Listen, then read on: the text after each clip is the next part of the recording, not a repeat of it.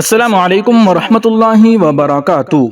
دوستو، آج 9 فروری 2026 پیر کا دن ہے۔ اس وقت کی بڑی اہم رپورٹیں لے کر آپ تمام حضرات کے بیچ حاضر ہوا ہوں۔ شاہی امام پنجاب مولانا عثمان لدھیانوی پر بڑا حملہ ہوا ہے، یہ رپورٹ ہم آگے سنیں گے۔ سب سے پہلے ایک اہم رپورٹ سن لیتے ہیں۔ مولانا عبدالرحمان کٹکی کی ضمانت عرضداشت پر سماعت کے لیے سپریم کورٹ تیار، اڑیسہ سرکار کو نوٹس جاری۔ جمعیت علماء مہاراشٹر ارشد مدنی کی قانونی پیروی۔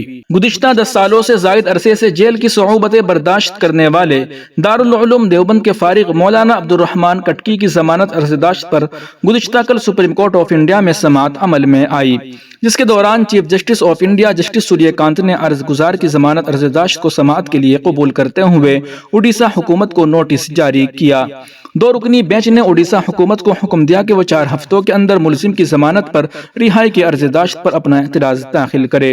جمعیت علماء مہاراشٹر مولانا ارشد مدنی قانونی امداد کمیٹی کی جانب سے ملزم کے دفاع میں سینئر ایڈوکیٹ نیتیا راما کرشن نے بحث کی اور عدالت کو بتایا کہ ملزم گزشتہ 1 دہائی سے زائد عرصے سے جیل میں مقید ہے۔ ملزم پر جس نوعیت کے الزامات عائد کیے گئے ہیں اس کا عدالت میں ثابت ہو پانا مشکل ہے۔ اس کے باوجود ملزم کو جیل میں رہنے پر مجبور کیا جا رہا ہے۔ کٹک سیشن عدالت میں ملزم کے مقدمے کی سماعت انتہائی سست رفتاری سے چل رہی ہے۔ مہینوں عدالت میں کوئی گواہ حاضر نہیں ہوتا ہے۔ سینئر ایڈوکیٹ نیتا راما کرشن نے عدالت کو مزید بتایا کہ ملزم کے خلاف 3 مقدمات قائم کیے گئے تھے، جس میں سے اسے 1 میں سزا اور 1 مقدمے سے وہ بری ہو چکا ہے، نیز جس مقدمے میں سزا ہوئی تھی اس کی سزا بھی وہ پوری کر چکا ہے۔ سینئر ایڈوکیٹ کے دلائل کی سماعت کے بعد 2 رکنی بینچ کے جسٹس سوریہ کانت اور جسٹس دیو ملائی پاک جی نے استغاثہ کو نوٹس جاری کیا اور مقدمے کی سماعت 12 مارچ کو کیے جانے کا حکم دیا۔ دوران سماعت سینئر ایڈوکیٹ نیتا راما کرشن کی معاونت ایڈوکیٹ سارم نوید اور ایڈوکیٹ شاہد ندیم نے کی۔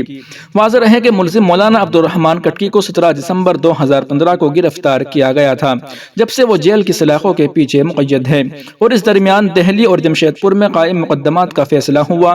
ملزم عبدالرحمان کو قومی تفتیشی ایجنسی نے اڑیسہ کے مشہور شہر کٹک کے قریب واقع ایک چھوٹے سے گاؤں سے گرفتار کیا تھا اور ان کو بزیر طیارہ دہلی لایا گیا تھا۔ ملزم پر الزام عائد کیا گیا تھا کہ وہ ہندوستان میں القاعدہ کے لیے کام کرنے کے لیے نوجوان لڑکوں کی ذہن سازی کر رہا تھا اور انہیں ملک سے باہر دہشت گردانہ ٹریننگ حاصل کرنے کے لیے بھیجنے کا کام کر رہا تھا۔ ملزم پر یہ بھی الزام عائد کیا گیا ہے کہ اس نے جذباتی اور جہادی تقاریر بھی کی تھی۔ دہلی مقدمے میں ملزم عبدالرحمان کٹکی کو 7.5 سال کی سزا ہوئی تھی، جسے دہلی ہائی کورٹ میں چیلنج کیا گیا تھا۔ دہلی ہائی کورٹ نے خصوصی اعینائی عدالت کے فیصلے کو برقرار رکھا تھا، جس کے خلاف سپریم کورٹ آف انڈیا میں اپیل داخل کی گئی ہے، جو زیر سماعت ہے۔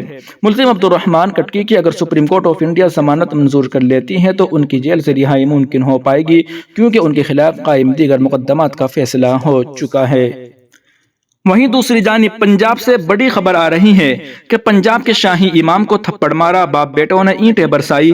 لدھیانہ میں مسجد کے رینوویشن کا کام دیکھنے پہنچے تھے، ویڈیو سامنے آیا۔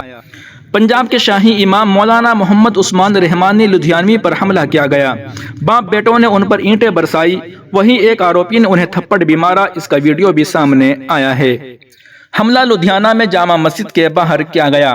گھٹنا کے پیچھے مسجد پریسر میں بنی دکانوں کو لے کر چل رہا ویواد بتایا جا رہا ہے۔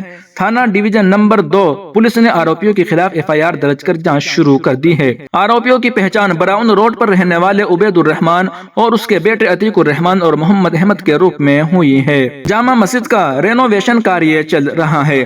معاملے میں شکایت مسجد کاریالے پربھاری محمد مجاہد نے درج کرائی۔ انہوں نے بتایا کہ جامع مسجد کا رینوویشن کاریہ چل رہا ہے، جس کی نگرانی خود شاہی امام پنجاب مولانا عثمان رحمانی لدھیانوی کر رہے ہیں۔ 1 فروری کو جب شاہی جامع مسجد پہنچے تو آروپی وہاں آئے اور گالی گلوچ کرنے لگے۔ اس کے بعد ان لوگوں نے اینٹ سے حملہ کر دیا۔ مجاہد نے بتایا کہ جب انہوں نے اور شاہ نواز نے بیچ بچاؤ کیا تو آروپیوں نے ان کے ساتھ بھی مار پیٹ کی۔ آس پاس کے لوگ جمع ہوئے تو آروپی موقع سے فرار ہو گئے۔ بعد میں پولیس کو سوچنا دے کر شکایت دی گئی۔ دکانوں کو لے کر چل رہا تھا ویواد۔ پولیس کے ایک سینئر ادھیکاری نے بتایا کہ مسجد پریسر میں کچھ وسائق دکانیں ہیں جن پر آروپی اپنا مالکانہ حق جتا رہے تھے۔ پورے پریسر کے رینوویشن کے چلتے دکانوں کو لے کر ویواد بڑھ گیا۔ پہلے دونوں پکشوں میں سمجھوتے کی کوشش کی گئی، لیکن سہمتی نہ بننے پر پولیس نے کیس درج کر دیا۔